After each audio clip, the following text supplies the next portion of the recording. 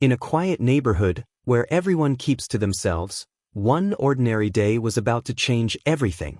What would you do if you were just 8 years old and found your neighbor trapped under a car? Would you freeze in fear or find the courage to become a hero? This is the story of Zora Matthews, a girl whose bravery didn't just save a life, but transformed an entire community. Stay with us as we take you through a heartwarming tale of courage, friendship, and how even the smallest acts of kindness can break down the biggest barriers. But before we begin, if you're enjoying these powerful, inspiring stories, make sure to hit that subscribe button and turn on notifications. It's a small action, but it helps us bring more meaningful stories to you, and you won't want to miss what happens next.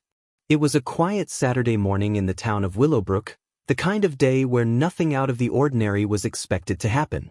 8-year-old Zora Matthews tied her sneakers tightly, excitement bubbling up as she prepared for her usual morning adventure with her golden retriever, Sparky. Zora loved these moments: the crisp morning air, the light breeze that tugged at her curls, and the promise of discovery in the quiet streets of her suburban neighborhood. "Don't wander too far, Zora," her mother called out from the porch, her voice warm but firm. "I won't, Mum," Zora yelled back, already sprinting down Oak Street, Sparky happily trotting beside her. Her feet danced on the pavement as she explored the familiar streets of her world, a world that seemed much bigger in her imagination. Zora had a wild imagination, and in her mind, Oak Street was more than just a sleepy suburban road. It was the starting point of a grand adventure. As Zora rounded the corner near Mrs. Eleanor Harper's house, Sparky suddenly stopped in his tracks. His ears perked up, and he let out a low growl, something he rarely did. Zora furrowed her brow and tugged gently on his leash. "Come on, Sparky. What's wrong?" But Sparky wouldn't budge. Instead, he darted toward the driveway of Mrs. Harper's house, pulling Zora with him.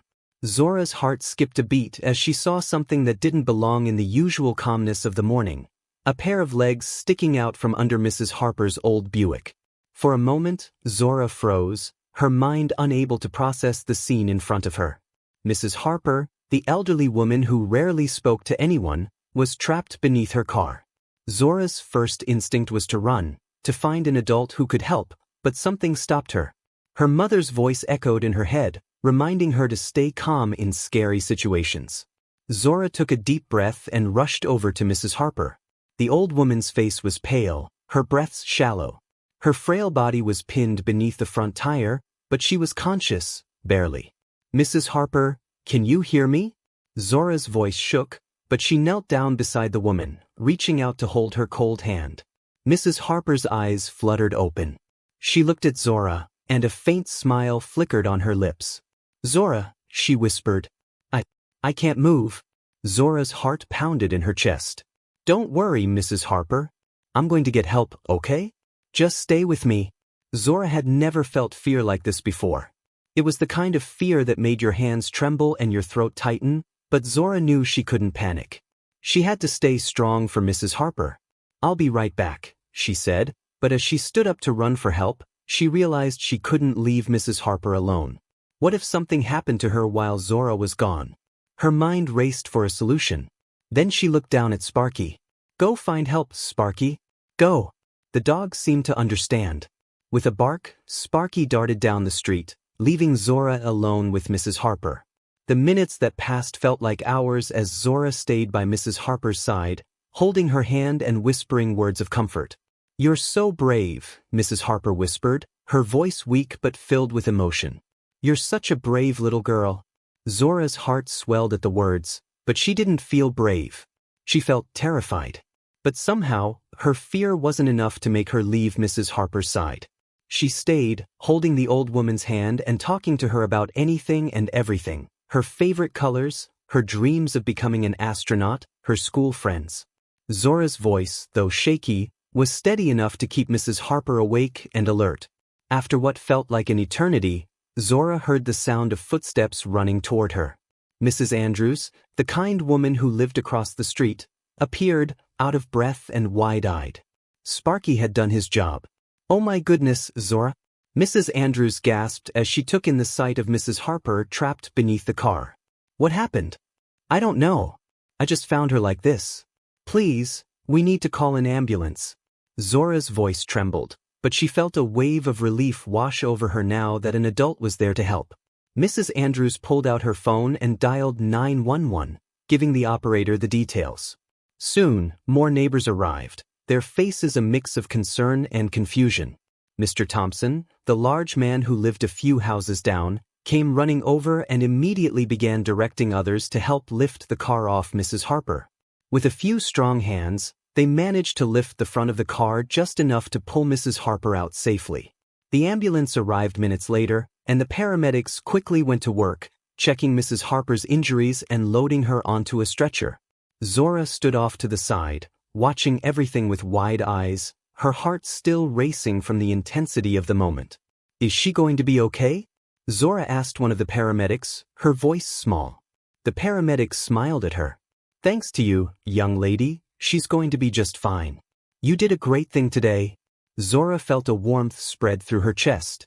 She had done something important, something brave. But as the ambulance drove away, sirens blaring, Zora couldn't shake the feeling that something deeper had happened. The people who had gathered, the neighbors who had barely spoken to one another before, were now talking, working together, united by the urgency of the situation. As Zora walked back home with Sparky by her side, she felt different. She couldn't put her finger on it, but she knew that this morning had changed something, not just for her, but for the entire neighborhood. The days after Mrs. Harper's accident were quiet, but there was a sense of anticipation in the air. Zora thought about Mrs. Harper constantly. Her mother had told her that Mrs. Harper was recovering well in the hospital and would be coming home soon, but Zora couldn't shake the feeling that she needed to see her, to talk to her again. A week after the accident, Zora asked her mother if they could visit Mrs. Harper. Mrs. Matthews, seeing how much it meant to her daughter, agreed. When they arrived at Mrs. Harper's house, Zora felt a nervous flutter in her stomach. She wasn't sure how Mrs. Harper would feel about seeing her. What if she didn't remember her? What if the accident had scared her too much?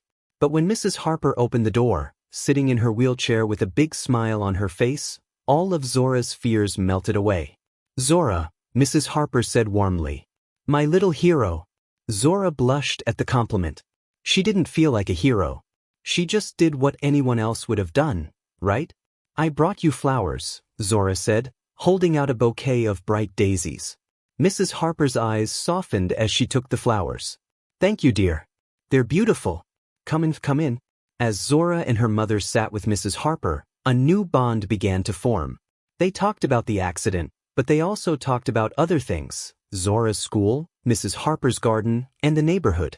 Zora learned that Mrs. Harper had been lonely for years, her husband having passed away a long time ago, and her children living far away. She had become isolated, her life reduced to her garden and her memories. You saved me, Zora, Mrs. Harper said softly, her eyes glistening with unshed tears. Not just from the car, but from my loneliness. Zora didn't know what to say. She hadn't realized how much her presence had meant to Mrs. Harper. She had simply done what felt right.